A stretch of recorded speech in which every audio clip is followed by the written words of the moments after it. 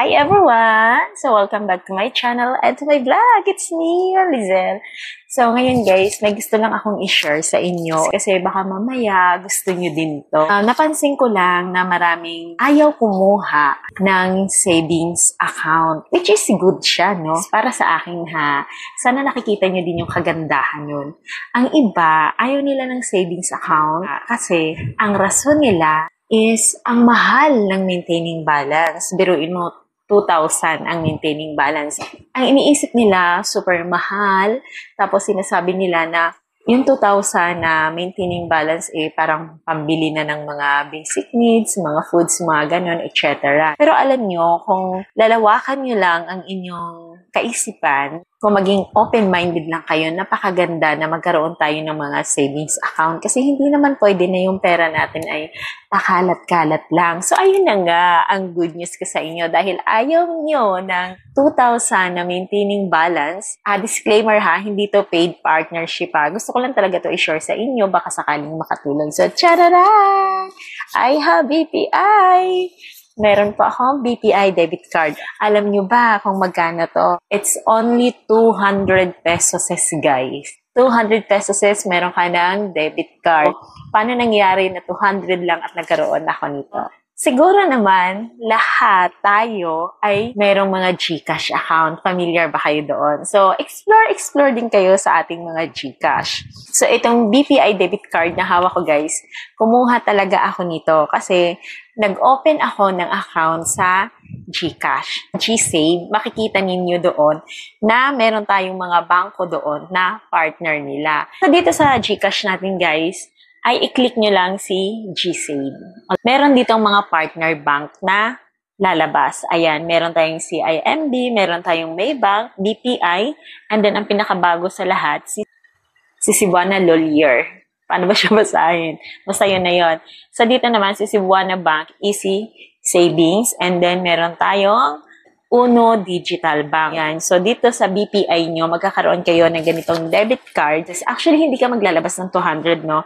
Ang una nyo munang gawin, etong BPI na to, i-click nyo yan, tapos mag-register ka dyan. Tapos once na ma-approve ka, ay magkakaroon ka na ng BPI account number, which is, yun yung savings account mo. Nga lang, meron lang siyang limit na 30,000. So, 30,000 lang ang pwede nating ilagay. Unlike kapag savings account talaga, no minimum amount. Okay? Pero, goods na din siya, guys. At alam nyo, inaantay ko talaga ang pagkakataon ni ito kasi gusto ko talaga to i-share sa inyo as in, hindi ko pa siya nabubuksan, guys. Ayan, hindi ko pa nabubuksan. Ayan, naka-stapler pa. Oh. Kaya din ako nagkaroon ng debit card. Nag-search talaga ako sa internet kung paano ako makakuha ng debit card kasi gusto ko na meron akong physical card na hinahawakan para just in case ano man ang mangyari sa online account natin ay hindi mawawala yung pera natin. Kasi alam naman natin ngayon sa panahon na talagang pag mga online transaction or any online talagang mahirap. Kaya gusto ko talaga na meron akong physical card.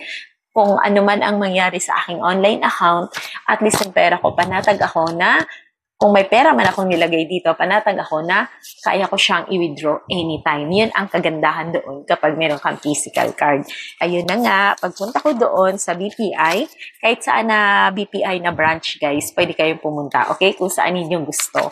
So, kaya ko sinabi na for only 200 pesos is, that time kasi, ang laman nitong aking online savings ng BPI, may save up, ay 150. Tapos sabi ni seller ay kailangan nasa 200 daw ang available na balance ko. Kaya ginawa ko siyang 200 para magkaroon ako nitong physical card. So in just mga 2 or 3 days guys, pwede mo nang makuha to. At pag pumunta ka dun sa BPI, make sure na syempre dapat dala mo yung cellphone mo kasi kailangan mo yung account number. Dito mo makikita yung account number mo.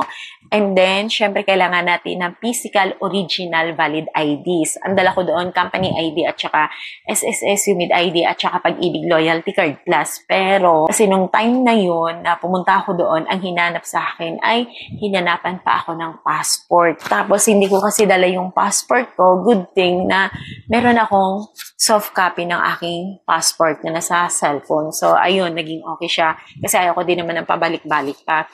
Kasi print niya yung passport ID ko. And then, nung binalikan ko na itong physical card ko, nag-ask ako sa teller. So, iba naman ang nag-assist sa akin. Iba yung nag-assist sa akin nung time na nakukuha ako nito.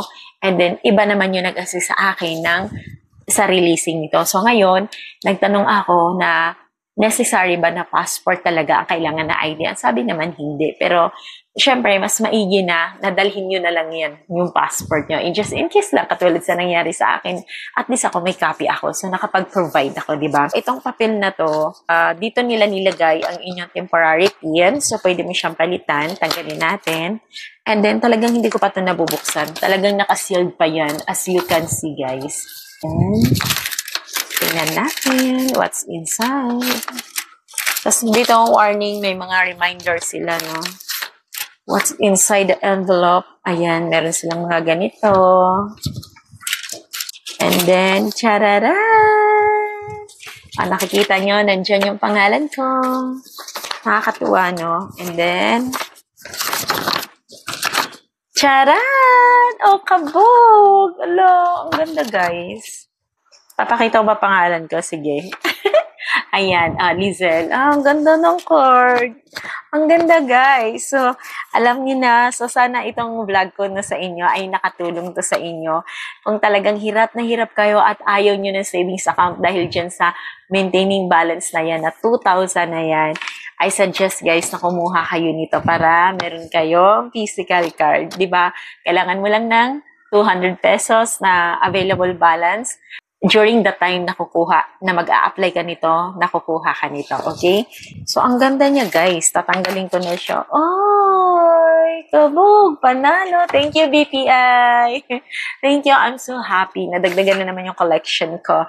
Diba? So, reminder ko ulit sa inyo, guys, 30,000 lang ang maximum limit na pwede natin ilagay dito sa pera.